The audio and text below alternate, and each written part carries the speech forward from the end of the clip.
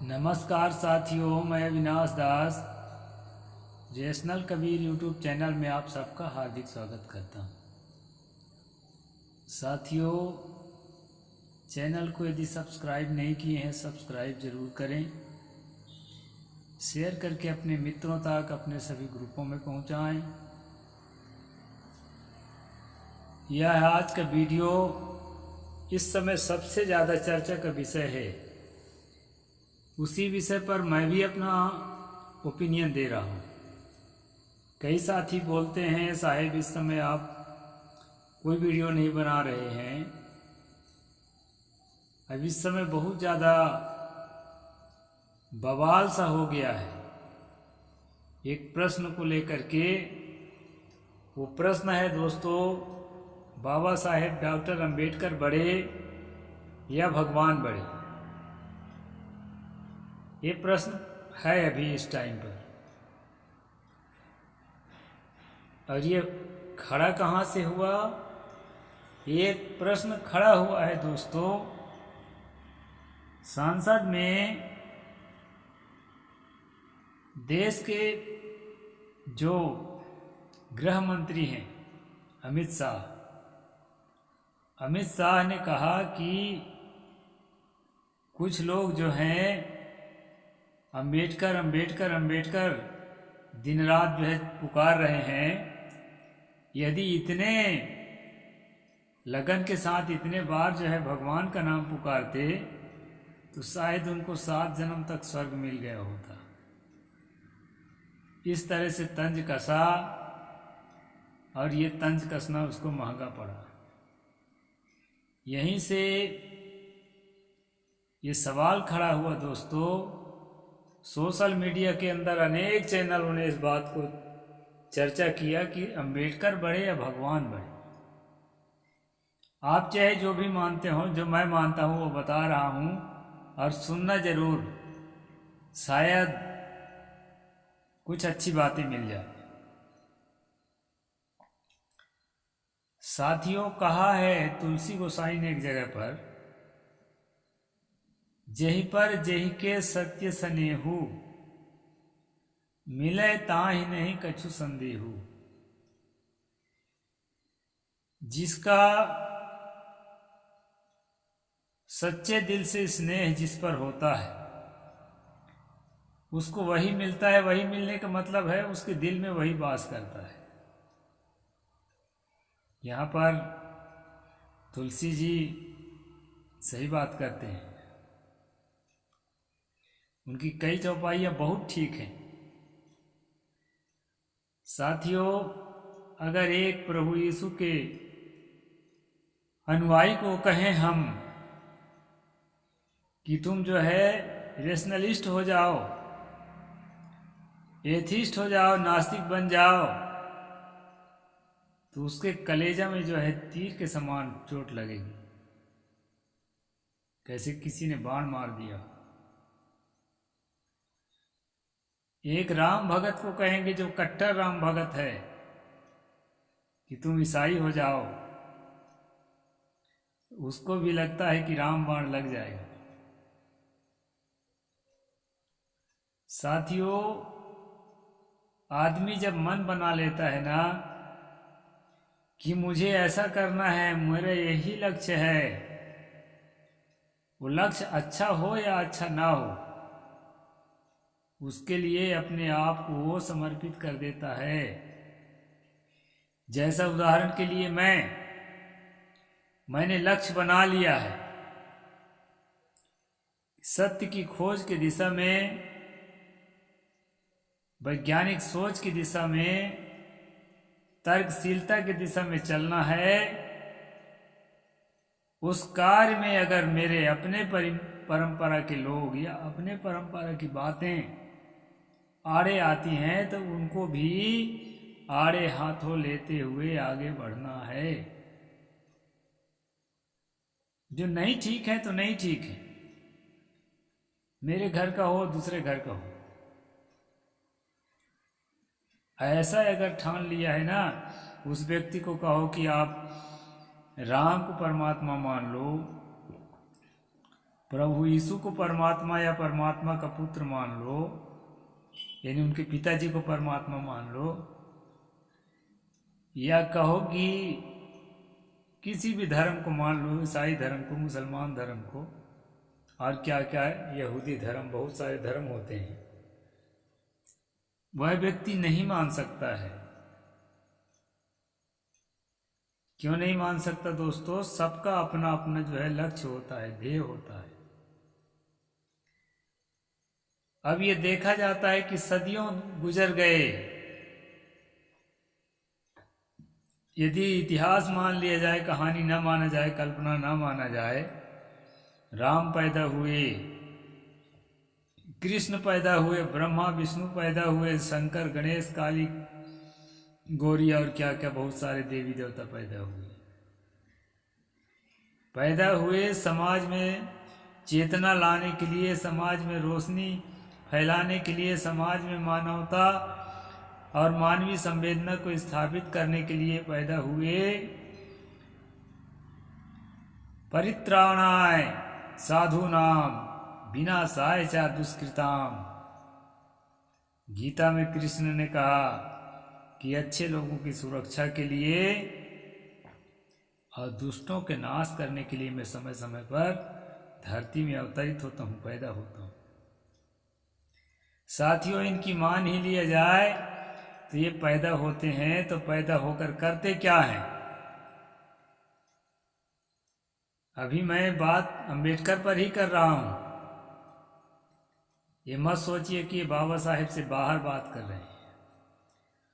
शुरू से आखिरी तक समझते जाना, सब समझ में आ जाएगी कि मैं कह क्या रहा हूं। ये जब पैदा होते हैं परमात्मा बनके, भगवान बनके, तो करते क्या है? कृष्ण पैदा हुआ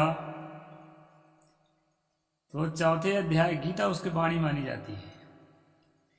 चौथे अध्याय में गीता में उसने कहा, चातुर्वर्णम मया सृष्टम गुण कर्म विभाग सा।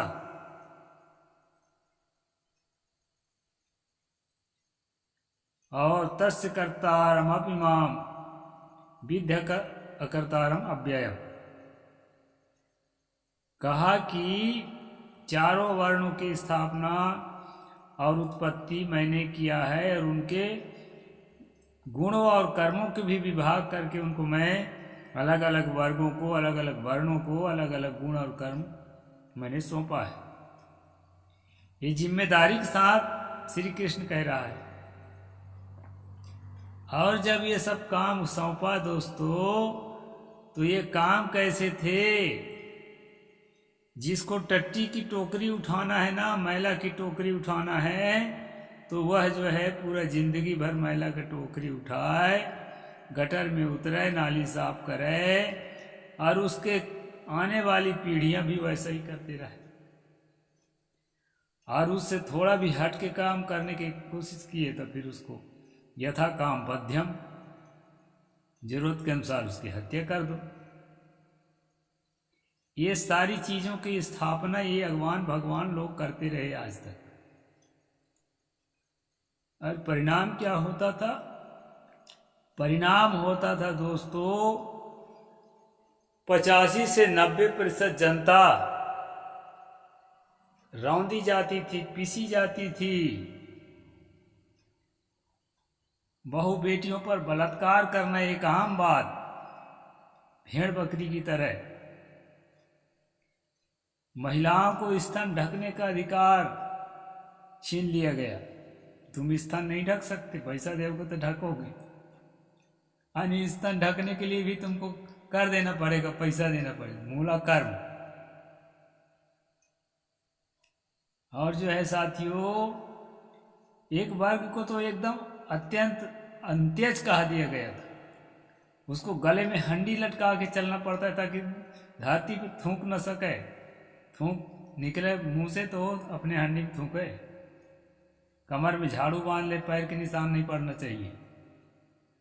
और अगर पैर के निशान किसी के दूसरे के पड़ गया तो फिर वो अशुद्ध हो जाएगा। छाया छुआ नहीं जाना चाहिए। लोक वेद सभी विधि नीचा, जासु छाँव छी ली यही छींचा। जिसके छाँव को भी छू करके और पानी छिड़कना पड़ता था, निषाद इत्यादि जाति। तो इतना दुर्दशा वाले जो विधि विधान है उसको ये लोग स्थापित करते थे भगवान लोग, जिससे जनता पिसती जा रही थी। राम भी स्थापित करता था, राम राज चिल्लाते हैं, ठीक से रामायण को पढ़ो ना ईमानदारी के साथ। राम भी इन्हीं बातों को स्थापित करता था, जहां पर पूज्य विप्रशील गुणहीना, शूद्र न गुणगन ज्ञान परवीना। ब्राह्मणों की पूजा हर प्रकार से गुणहीन होने पर भी करो, और शूद्र कितना भी गुणवान हो उसकी कोई गिनती नहीं है। यह शब्द कहने वाला राम ही है। कबंध की हत्या करने के बाद घायल कबंध से राम ही कह रहा है। तो सारी विषमता को स्थापित करने का काम करते थे भगवान और ईश्वर और अवतार। किताबें बताती हैं, और उन्हीं की किताब बताती हैं, उनके भक्तों की लिखी वाणी है। हम लोग अपने से नहीं लिख रहे हैं। तो साथियों, सापत ताड़त परुष कहंता, विप्र पूजस गाँव ही संता। श्राप देता हो, पीटता हो, मारता हो, और जो जो जो दुष्कर्म करते हो, बहू बेटी को बलात्कार करता हो, शील गुणहीन हो, तब भी उसके चरण पूज्य हैं। और कैसे पूज्य हैं? राम ने स्वयं करके दिखाया। अति आदर रघुनायक कीन्हा, पद पखार पादोदक लीन्हा। जब वशिष्ठ नाम का ब्राह्मण उसके घर में आया तो उसके पैर को धो धो करके पीने लगा, ताकि एक आदर्श हो कि ब्राह्मण जब घर में आए तो उसके पैर को धो धो करके पियो। ऐसे में आदर नहीं हो जाएगा। तो ये सब चीज ये भगवान स्थापित करते रहे। भगवानों वाली किताबों की बात है ये। और ये सारे स्थापनाओं को सतगुरु कबीर साहब ने ध्वस्त करने की शुरुआत किया था। संत रैदास ने साथ दिया था उसी सिलसिले में, और भी घीसा, पलटू, नानक, नामदेव, बहुत से संतों ने प्रयास किया था, और जी जान से प्रयास किया था, जान हथेली में रखकर प्रयास किया था। लेकिन दोस्तों, कारवां को आगे बढ़ाए तो बढ़ाए, लेकिन सफलता नहीं मिल पाई थी। और जब बाबा साहेब अम्बेडकर का समय आया, फूले का समय आया, माता सावित्रीबाई का समय आया, पेरियार का समय आया, हमारे अनेक महापुरुषों का समय आया जो मानवतावादी थे, मानवीय संवेदना को समझते थे, आदमी के अंदर की पीड़ा को समझते थे, और करुणा को समझते थे कि हमें करुणा करना चाहिए, मनुष्य का काम करुणा करना है। निर्दयता और क्रूरतापूर्ण व्यवस्था समाज में स्थापित करना सच्चे आदमी की पहचान नहीं है। भगवान तो क्या, ऐसे स्थापना करने वाले लोगों को मैं सच्चा इंसान भी नहीं कह सकता, भले मुझ पर कोई गोली मार दे। अगर जैसा लिखा गया है वैसा काम रामकृष्ण करते थे, ब्रह्मा विष्णु करते थे, मनु करते थे, तो हम सच्चे दिल से सच्चा इंसान भी उनको नहीं कह सकते। भगवान कहना तो बहुत दूर की बात है। और दोस्तों, ऐसे अमानवीय व्यवस्था को ध्वंस करने वाले डॉक्टर बाबा साहेब अम्बेडकर इन अमानवीय व्यवस्था को स्थापित करने वालों से कैसे छोटे हो गए? ये प्रश्न मैं आपके लिए रख रहा हूं। लोग कहते हैं भगवान से बड़े हैं का अम्बेडकर? ये स्वर्ग के लालच ना दिखावें। आज विज्ञान के युग है, अंतरिक्ष में कहाँ क्या है सबको मालूम होने जा रहा है। कहीं स्वर्ग वर्ग नहीं है, 7 जन्म न 8 जन्म। अरे आज से 600 साल पहले कबीर साहब कह दिए थे, संतो जियत ही करु आशा, मुए मुक्ति गुरु कहे स्वार्थी, झूठा दय विश्वासा, संतो जियत ही करु आशा। अपने साधकों से कहा कि हे संतो, इसी जिंदगी का आशा करो, इसी जीवन को स्वर्ग बनाओ, मरने के बाद स्वर्ग मिलता है ऐसा जो है स्वार्थी और बदमाश लोग कहते हैं, झूठा दिलासा देते हैं, उसके चक्कर में मत पड़ना। ये रेशनलिज्म, ये एथिज्म, ये तर्कशीलता, ये वैज्ञानिकता हमारे सम्यक संस्कृति के विरासत है दोस्तों। और सदियों से तथागत भगवान बुद्ध के ज़माने से, स्वामी महावीर के ज़माने से, अजित केश कंबल के ज़माने से, मखली गोकसाल के ज़माने से हमारे सम्यक संस्कृति के जितने महामानव हो, मतभेद तो था, बहुत सारी बातों में मतभेद था, लेकिन सबके सब तर्कशील थे और आकाश पाताल की झूठी बातों को कोई नहीं मानते थे कि मरने के बाद स्वर्ग लोक मिल जाएगा। ये हमारी सम्यक संस्कृति है साथियों। आकाश में एक स्वर्ग मिलता है, उस स्वर्ग को पाने के लिए अभी नरक में जी लो पेट भर। इस सिद्धांत को मजबूत करने के लिए जो है हिंदू राष्ट्र स्थापित करना चाहते हैं, राम राज्य स्थापित करना चाहते हैं, जहाँ एक तेली जो है शंभू का तप कर रहा था तो उसको तप करने का भी अधिकार नहीं। हमारे जैसे साधु महात्मा तो खोज खोज के मार डालेंगे, क्योंकि दोस्तों हम जो है पिछड़ी जातियों के हैं सब। इनके अनुसार, हमारे अनुसार तो कोई अगड़ी पिछड़ी नहीं, इंसान बस इंसान है। राम जो है खोज खोज करके मार डाल। तो ऐसी व्यवस्था को, ऐसी अमानवीय व्यवस्था को ध्वस्त करने वाले डॉक्टर बाबा साहेब अम्बेडकर सारे भगवानों से लाखों गुना, करोड़ों गुना श्रेष्ठ हैं, ऐसा मैं मानता हूं। तो बाबा साहेब को किसी से छोटा दिखाना हम लोग नहीं स्वीकार करते हैं। हमारे सम्यक संस्कृति की किसी भी महामानव को ऐसे काल्पनिक भगवानों से उनके अधीन दिखाना, उनके भगत दिखाना, ये प्रयास बदमाशों के है दोस्तों। इसको बारीकी से आप समझिए।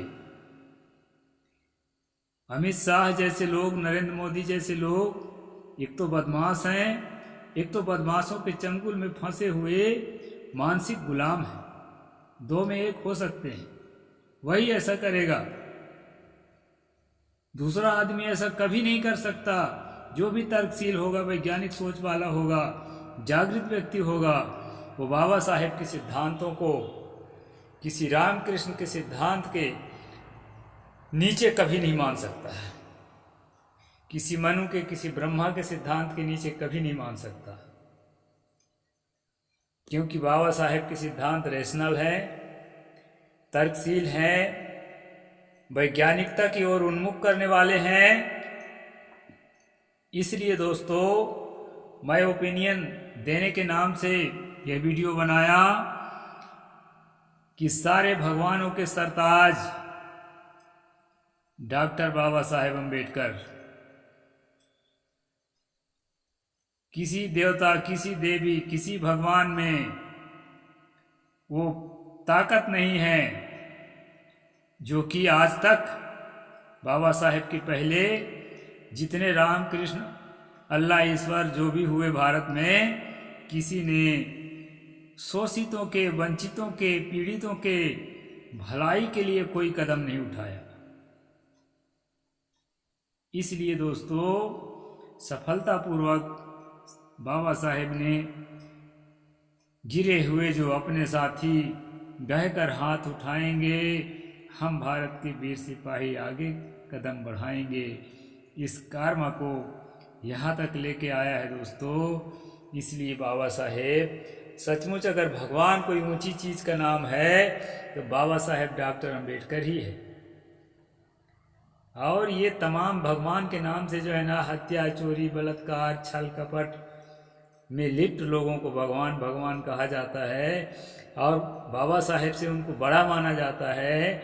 इस बात से मैं सहमत नहीं हूँ दोस्तों। बाबा साहेब के प्रति हमारे हृदय में अगाध श्रद्धा है और उन्हीं के देन है कि आज हम पढ़ लिख करके और यहाँ तक पहुँचे हैं, अगली पीढ़ी को और ऊपर पहुँचाना है, ऐसा संकल्प लेकर के हम लोगों को चलना है दोस्तों। और ये अंधविश्वास ढकोसलों के चक्कर से अपनी पीढ़ियों को मुक्त रखना है। तो वीडियो लंबा नहीं बनाऊंगा, इतना पर्याप्त है। साहिब बंदगी, जय जोहार, जय भीम, नमो बुद्धाय, जय भारत।